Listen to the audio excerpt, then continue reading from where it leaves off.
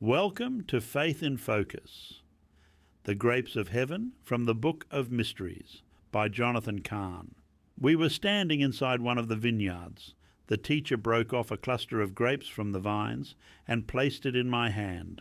A most important fruit, he said. Upon it once hung the future of a nation.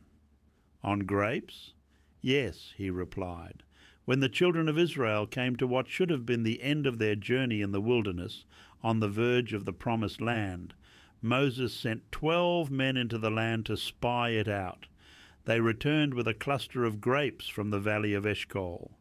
The grapes were the firstfruits of the promised land, the first evidence they possessed that it was all real, the first taste of what up to that point they had only heard about and believed by faith.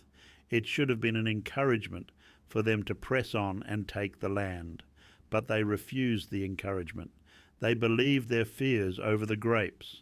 And because they lost sight of the grapes, they lost the promised land, a most critical key, he said. What? Never lose sight of the grapes. The grapes of the promised land? The grapes of your promised land, he said. Heaven. Throughout your journey, God will give you grapes from the promised land. What do you mean? He will give you the first fruits of heaven and of heavenly life, signs and evidence of that which you believe by faith, the first taste of the age to come, every answered prayer, every moving of his hand in your life, every whispering of his voice, every providing for your needs. These are the grapes, the clusters of the promised land. Every encouragement that you realize came from him. Every guiding of your steps, every provision, every measure of unexplainable peace, every moment of heavenly joy, and every touch of his Spirit. These are the first fruits given to you as an encouragement, so that you won't give up or give in to fear, but press on to fight the good fight, to take your inheritance. And all these things are just a taste of the blessings yet to come, the first fruits of heaven, and the grapes of your promised land. The mission: gather the clusters of the promised land, every answered prayer and blessing from God. Take strength from the grapes of heaven, and take new ground for God. Numbers 13:23-28. Numbers 13:23-33. Then they came to the valley of Eshcol, cluster of grapes, and from there cut down a branch with a single cluster of grapes, and they carried it on a pole between two of them, with some of pomegranates and the figs. That place was called the valley of Eshcol, cluster of grapes, because of the cluster of grapes which the sons of Israel cut down there. The spies' reports. When they returned from spying out the land at the end of 40 days, they came to Moses and Aaron, and to all the congregation of the sons of Israel in the wilderness of Paran at Kadesh, and brought back word to them and to all the congregation, and showed them the land's fruit.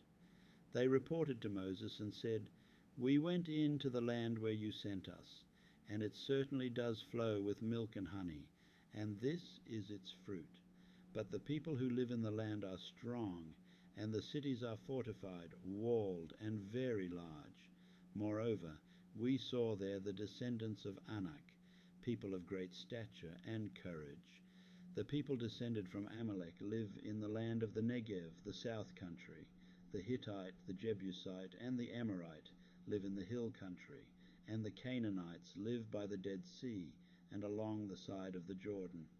Then Caleb quieted the people before Moses and said, "Let us go up at once and take possession of it, for we will certainly conquer it." But the men who had gone up with him said, "We are not able to go up against the people of Canaan, for they are too strong for us." So they gave the Israelites a bad report about the land which they had spied out, saying, "The land through which we went, in spying it out, is a land that devours its inhabitants, and all the people that we saw in it are men of great stature. There we saw the Nephilim. The sons of Anak are part of the Nephilim, and we were like grasshoppers in our own sight, and so we were in their sight." Romans 8:23. And not only this, but we too, who have the first fruits of the Spirit, a joyful indication of the blessings to come, even we groan inwardly as we wait eagerly for the sign of our adoption as sons, the redemption and transformation of our body at the resurrection. Hebrews 11:1. Now faith is the assurance, the title deed, the confirmation of things hoped for, divinely guaranteed, and the evidence of things not seen, the conviction of their reality. Faith comprehends as fact what cannot be experienced by the physical senses. Thank you for joining me on Faith in Focus. Remember, these insights are inspired by Jonathan Cahn's The Book of Mysteries. Until next time, may you find strength in the revelation of his love.